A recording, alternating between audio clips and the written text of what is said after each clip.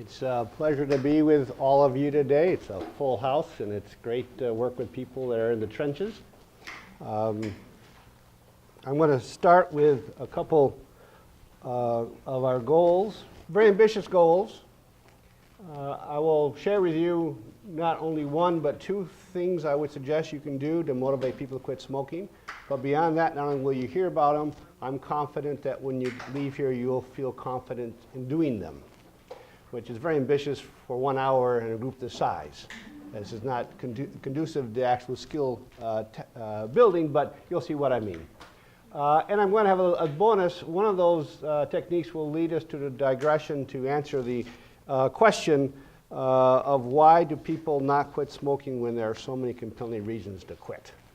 Why would anybody in their right mind, knowing what we know, continue to smoke? Start with two disclosures. I'm going out on a limb today. I'm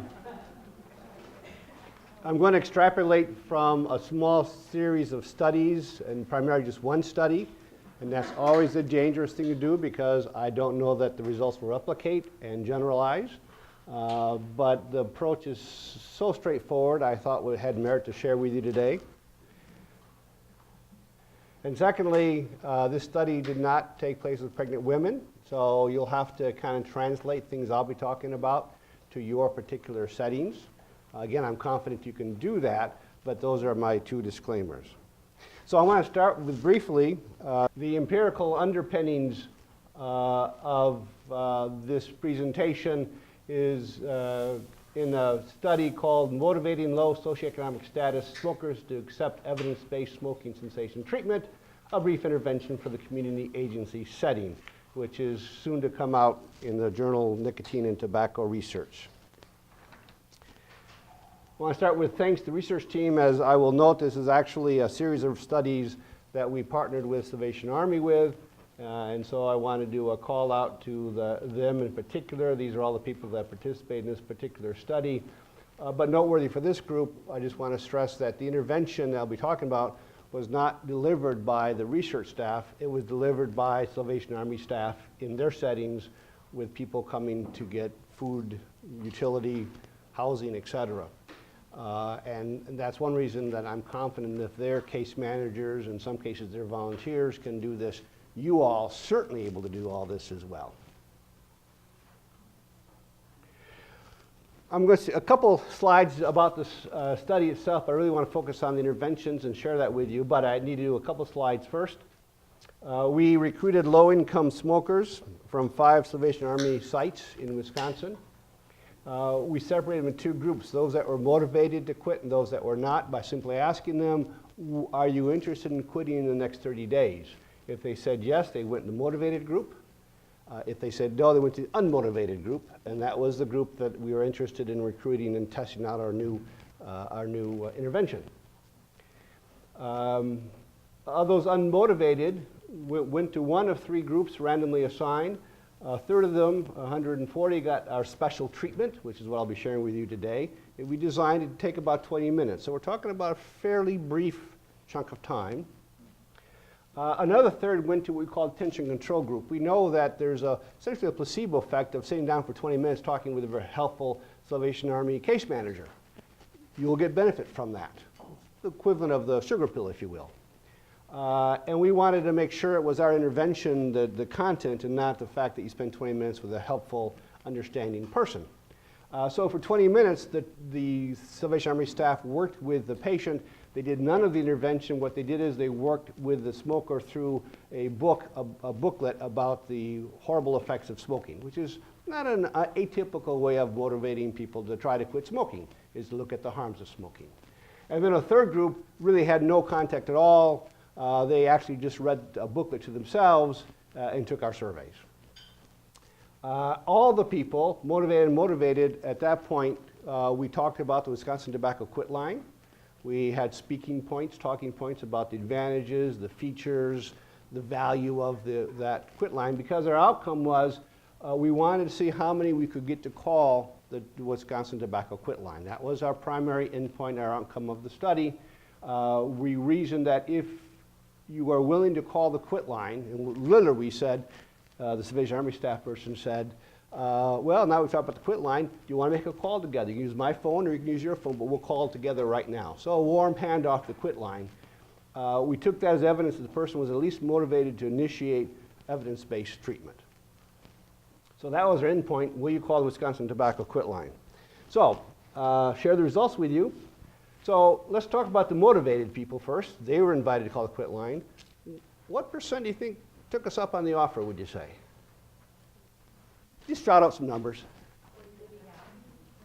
30, 40, 50, 80, 10. That's 15.7%. So even somebody who says, I'm motivated to quit in the next 30 days, you say, well, let's get started. Most are going to say, well, I didn't say today, or something like that. So it depends how you ask the question sometimes. So that becomes our ceiling because we wouldn't expect our unmotivated to do better than the motivated. So how do you think our control group looked? These are unmotivated, either spent 20 minutes talking about the health risks of smoking, or they basically read a little bit themselves. What percent? Less? A lot less? A little bit less? Again, my values have disappeared. That's 2.2 and 1.4%. So the research question is, the people that were unmotivated, that had started out like my two control groups, but got the special ingredient intervention, will they look more like the motivated or more like the unmotivated? If they look at the unmotivated, the study didn't work. If they look like the motivated, then maybe I've got something. It's a simple kind of a horse race test. But not value came through. 12.2% called the quit line. So if you think of the difference between the motivated and the unmotivated, that is the 15 and the 2, the intervention closed 75% of that motivational gap. It's based on that kind of results that I'm standing before you today and suggest maybe you could do this too, and what would that look like? So let's move to that and talk about this 20-minute intervention. We thought, first of all, we thought it would take 20 minutes. It actually took 23.6 minutes. So we weren't too far off, but in practice, some things never go quite like we designed them. I also want to point that we had one site that did very, very well. They had best outcomes of all 5 sites, and they got 20% of the call, which is even more than the motivated people. And at that site, their average length of time was 17.4 minutes. So they must have been terribly effective and terribly efficient. So I think you could probably do everything I'm going to talk about today, which has 2 parts to it, probably 15 to 20 minutes once you got smooth with it. So this intervention has 2 elements. We've labeled the first a goal-focused element, and the second a belief-focused element. So let's talk about the first one, the goal-focused element. It's designed to build discrepancy via the decisional balance worksheet that was developed for motivation interviewing. So if you've had some MI introductions in MI, you'll recognize some of the language I'll use in the next few minutes. If you don't, that's okay. You don't need to know motivation interviewing to understand the strategy. The balance worksheet consists of asking the smoker 4 simple questions. Tell me all the good things about continuing to smoke. You'll get things like, I enjoy it, it relaxes me, it's how I socialize. And then tell me all the bad things about continuing to smoke. Well, I do believe I'll have risk health consequences. I may get lung cancer, I may die earlier. I may not be around to see my daughter's wedding. I'm being driven to the poorhouse because of my smoking. Tell me all the bad things about quitting. Well, it's hard to quit. I don't sleep well. I get anxious. I'm not pleasant to be with. I get distracted. I have horrible urges. I fail, and I hate when I fail because that makes me feel bad, etc. And then finally tell me all the good things about quitting. Well, I'll probably live longer, I'll have more money in my pocket, Again, I'll see my daughter graduate from college. And the fact is, you'll get the flip side of reasons. That's fine. So they'll say the bad things about smoking, I'm going to die from lung cancer, and the good things about quitting is I'll avoid that consequence. That's fine. While they're doing that, we take notes on our little worksheet. So that's what the Salvation Army staff did. Consistent with MI, then we would summarize. You say, well, here's what I heard you say. And then we, deviating from MI a little bit, we got very directive. In MI, you tend not to be as directive as this. But we asked a very particular a question, because we wanted to have this scripted carefully for the Salvation Army staff. We give them back their notes of those we took of the reasons, and we say, please look these over. Of all the reasons to smoke and not to smoke, and all the reasons to quit and not to quit, which ones are the most important for you? And what you will typically get, can't guarantee all the time, but what you will typically get are the health reasons. I risk lung disease, I'll die earlier, I won't be able to breathe, I can't keep up with my toddlers. Those types of reasons will usually be singled out by the smoker as the most important ones. And we do that to build an MI discrepancy between a behavior, which is smoking or a behavior of not deciding to quit, and a value, a sought-after goal. I want to live as long as I can, be healthy as I can. So that discrepancy is thought to motivate change. So then we have the staff say, invite the smoker to consider quitting with an open-ended question. So what does that tell you about quitting or not? Now that can make the smoker a little bit ill at ease, perhaps. And most will know what the right answer is, realizing that they're not ready to quit or don't intend to quit. And it's okay to let the patient be uncomfortable for a moment or two. That's important to the change process. After all, discomfort promotes change. If there's a pebble in your shoe that's just uncomfortable, what do? You take your shoe off and take the pebble out. That is, you change. So the whole idea is to make the smoker a little bit uncomfortable with this discrepancy between smoking and their valued objectives and goals. By the way, what you won't get at that point is someone said, oh, I see the light, I'm going to quit. Realistically, what you're going to get is some acknowledgement, I know I should quit, and then a but, which is an MI, the resistance. But I'm not going to quit right now. Or, but I've tried to quit and I can't. I've got too much going on in my life right now to quit. So you'll get a yes, but. And with MI, the instructions are to roll with that, to say something like, I'm not asking you to quit. You've already said that you don't want to quit right now. I just want to point out what conclusion you just made, which was the important reasons about smoking or not favor quitting. So with that in mind, I know you don't want to quit right now, but would you be interested in hearing about the best ways of quitting so someday when you want to quit, you'll be ready? So looking for an opportunity to engage the smoker into a little more discussion about quitting. So far, so good? Any questions so far? That brings us to the digression of the presentation. So why did we depart from motivational interviewing by being very directive by asking about the importance of quitting? Which gets us to this question of why don't people quit given such compelling reasons to quit? So one way of looking at the decisional balance people have about quitting or not quitting is the proverbial teeter-totter. So the thought would be, one way of representing this physically in a picture form, is that as long as the reasons not to change, that is continue smoking, outweigh the reasons to quit,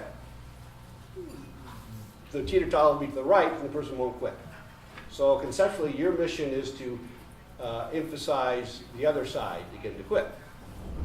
But we've just discussed and realized that the more important reasons, that is those that really weigh on the smoker's mind, favor quitting. So this is actually the design you actually have, where you have lots of good reasons to quit, far heavier. But you will reason say, well, that teeter-totter is not going to stay like that, right? that teeter-totter's going to flip to the left because of all the weight over there, all the good reasons to quit. But you know what? It doesn't do that. It stays this way it is. Why is that? Why is it that people, despite the overwhelming weight of the reasons to quit, don't? Well, I will provide my answer to that I've always found helpful by having you think back to the 3rd grade. You're at the playground with your best friend, and you're going to be on the teeter-totter. Unfortunately, your best friend weighs a little more than you do. And so the natural thing is that you're always up in the air, and they're on the bottom, which is not much fun. So what do you do to make the teeter-totter more fun? Change. But what do you do physically? You move toward the center. I'm sorry. You lean as far back as you can and ask your friend to scooch up. You change your relationship to that fulcrum, that pivot point, and then you're more in balance. Then you can begin to teeter-tot with a whole lot less effort. And hope to God they don't teach you less about jumping off fast. So,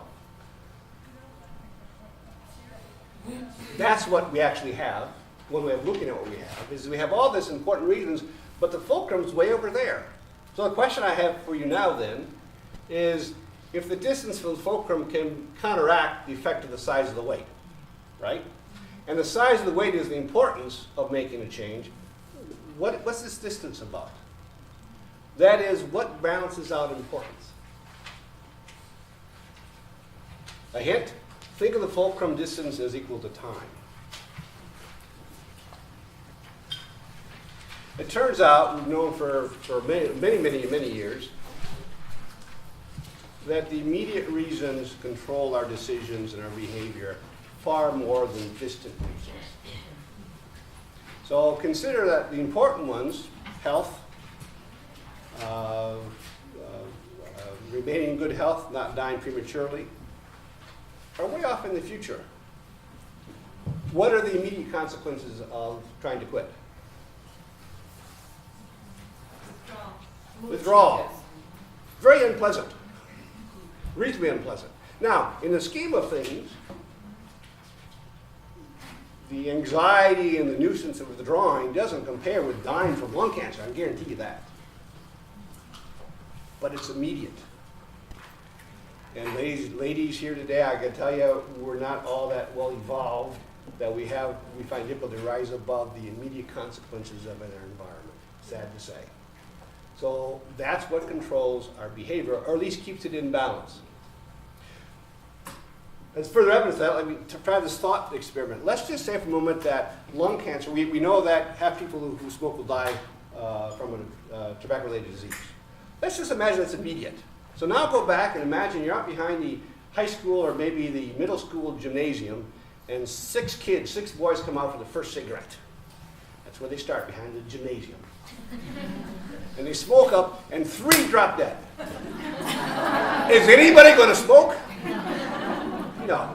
Immediate consequences. So again, you don't need to know that for this technique, but I always find it satisfying to try to understand what's the rational thing about smokers who would dare smoke, knowing what's going to cause them. And the answer is, we are controlled by immediate consequences. There's another element of that, of course, as well, is if it's a far-flung, distant consequence that allows the mind to rationalize.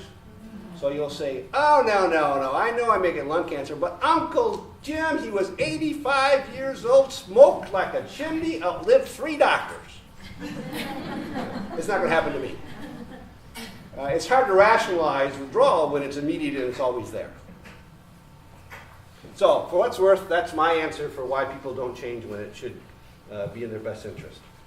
One last thing before we leave this first strategy. What to do if the smoker notes that the most important reasons are, in fact, the more immediate reasons, like I'll lose friends, I'll gain weight, I'll become anxious. So he said that almost always the important reasons are the health ones or the long distance ones. But don't blame me if they come up with these. What I suggest you do in that situation is, oh my God, that's not in the script, what do I do now? You simply acknowledge that. You know, I understand that the weight gain is a concern. Right? But you know, they don't know that you have a script. and they don't know that they just violated their role in that script. So they don't know that you're panicking. So you simply say, that's right, you do risk maybe losing some friends. I could talk to you about that as we go on.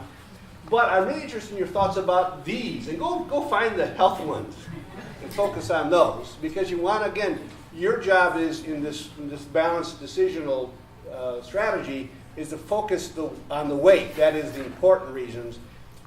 You can see where it would go if you focused on the immediate ones. You said, okay, tell me, let's really really wallow in all the horrible things that happen when you quit. And that's not a good strategy. Don't focus on the immediate consequences. You really want to put your weight along with the long-term health consequences. So that's half of the intervention. That brings us to the belief-focused element. This is based on our understanding that there, again, and my research is coming from low SES, low-income smokers. Turns out that they have certain beliefs that are quite prominent than higher SES don't have about smoking and quitting. That's not to say higher income people don't have these beliefs, but they're quite common or prevalent in low-income population. And I know, once again, this is not your population, but I know probably some of you work in settings where your pregnant women are of low income. And so I suspect for you this would be relevant. So, for example, most people smoke.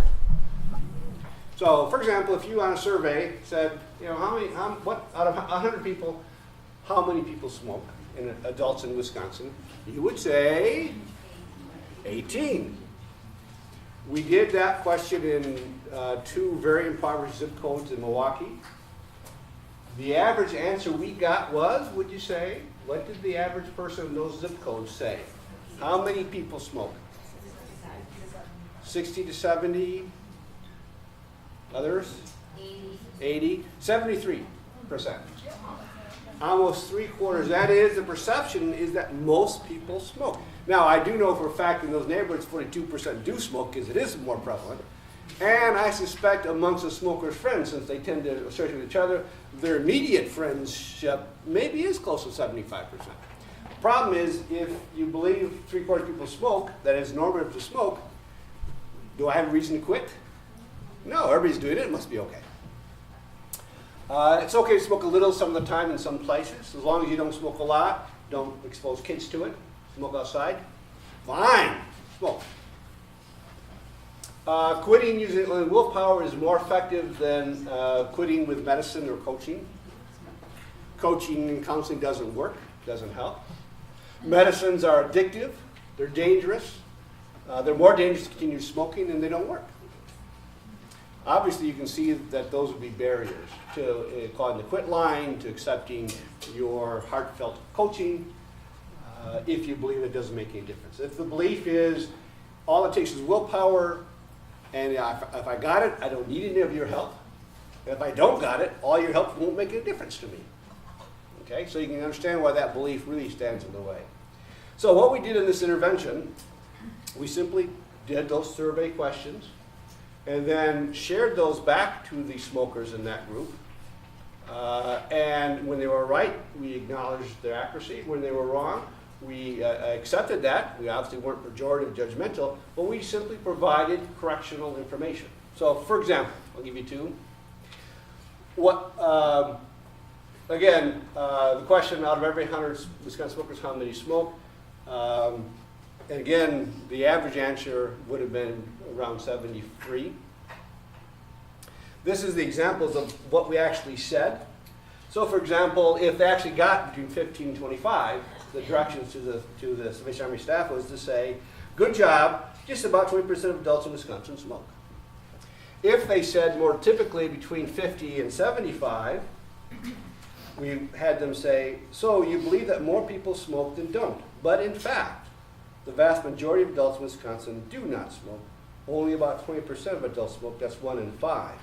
It is more normal not to smoke than to smoke. Very straightforward, providing information. This is a question we had on the survey that asked them to compare quitting by willpower versus quitting with willpower and medicine and counseling or coaching. And it's a forced choice, multiple choice. So the answers were they could pick A, which says quitting by willpower is 8 times more people would quit if they use willpower than if they used medicine and coaching. Answer B, they could answer was quitting by willpower is 3 times more people would quit using willpower than coaching and counseling. C is in the middle, equal numbers would quit either way. D is about 3 times more people would quit if they use coaching and medicine than if they simply use willpower. And then E, to round it out, 8 times more people would quit if they use medicine and coaching, counseling, than if they quit using willpower alone. The right answer, you don't answer E, of course. And we had on the survey, visual representation, what we're talking about. And when the Salvation Army person went through it, they actually had piles of poker chips, so they could demonstrate what 8 times looked like and could move chips around. And so the script to answer, to respond to that, to correct that, again, we didn't want to say to the person, well, you're wrong, willpower's not enough. Because it does take willpower to quit. It takes a lot of willpower. I might, as psychologists, call that self-efficacy, but it's the same thing. But we wanted to get them transitioning from that fact to using or accepting coaching, counseling, medicines. So we wanted to build a rationale or a bridge. And what we came up with was something like, well, it does take a lot of willpower to quit smoking. Did you know that willpower is like a muscle? You can do things to make it stronger. So if you wanted to lift something heavy and couldn't, you could go out and you could practice and get exercise, and you come back and you could lift more because you get stronger. Willpower is the same thing. It can get stronger. And coaching and counseling teaches you how to make your willpower stronger. And medicines really reduce the craving and urgings, don't make them go away, but will reduce them so that the willpower you do have will last even longer and you won't run out of it. You won't get too tired. So that was our rationale. This is, for example, the script that we use. While it does take willpower to quit, it turns out that coaching and counseling and medicines work best when used together in addition to willpower, because medicines give your willpower a chance to work by reducing the urge to smoke, and coaching and counseling makes your willpower stronger and last longer, just like exercise makes your muscles stronger. So you see, the best way to quit is to use both coaching, counseling, and quit smoking medicine. 8 times more people will quit if they combine both coaching and medicines with their willpower than if they just use willpower alone. When you combine the two, you have a real good chance of quitting forever. It might not be easy, but it won't be so difficult that you fail. Wouldn't that be great? So when you think it's time to quit and your willpower is all set, will you add coaching and counseling and medicine together to help you quit? So we're asking a commitment from the smoker, commit to using an evidence-based practice. So how to adopt this to your setting, because I recognize that you're all working with pregnant women, and obviously talking about medicines may not be where you want to spend your time. What I would suggest you do to use this particular strategy is, in your own practice, in your own setting, develop 3 to 6 questions that might get at myths or barriers that you know your folks have in here. You know your population far better than I did, but to prepare for this talk, I just came up with some. For example, what are the really important things to do for your health of your baby? And if a smoker doesn't say smoking, you've got your barrier to address. So you would agree, yes, it is important to have good nutrition and to keep active, but, and then give them information about smoking. Should you decide to quit, what do you think is the best way to do it? About what % of women who smoke quit when they find out they're pregnant? Some women believe that quitting smoking while pregnant is more stressful for their baby than continued smoking. What do you think? Some women believe that the only really important thing is to quit smoking until delivery to protect the baby. Others think that there are risks to the infant if smoking resumes after delivery. What do you think? So there you can ask a question getting at the notorious relapse phenomenon that I know you folks deal with. So in this strategy, you would develop some questions to ask. Develop your responses in your script and your talking points.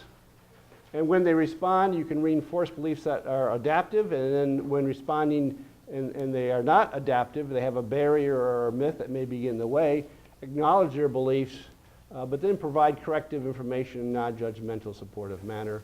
And then at the end, ask for a reaction response. So based on what you just learned, what do you now think? And again, you're looking for, well, I guess it makes sense for my baby afterwards to really quit. Simple, right? Straightforward. You can do this tomorrow. You will see on the next slide, there is a link. So you can actually download that video. That's why I know I can skip it, because I thought I'd run out of time anyway. Again, it's a 3-minute video. You could make one for your setting very easily and very quickly. Just prepare people to call the quit line, talks about the advantages, the benefits, but also what to expect, how long the call will be, who you might be talking to, prepare to start your quit attempt right then and there, prepare for the quit attempt, etc. So I offer that to you as yet one more suggestion. Thank you. You've been very attentive. I appreciate it being with you.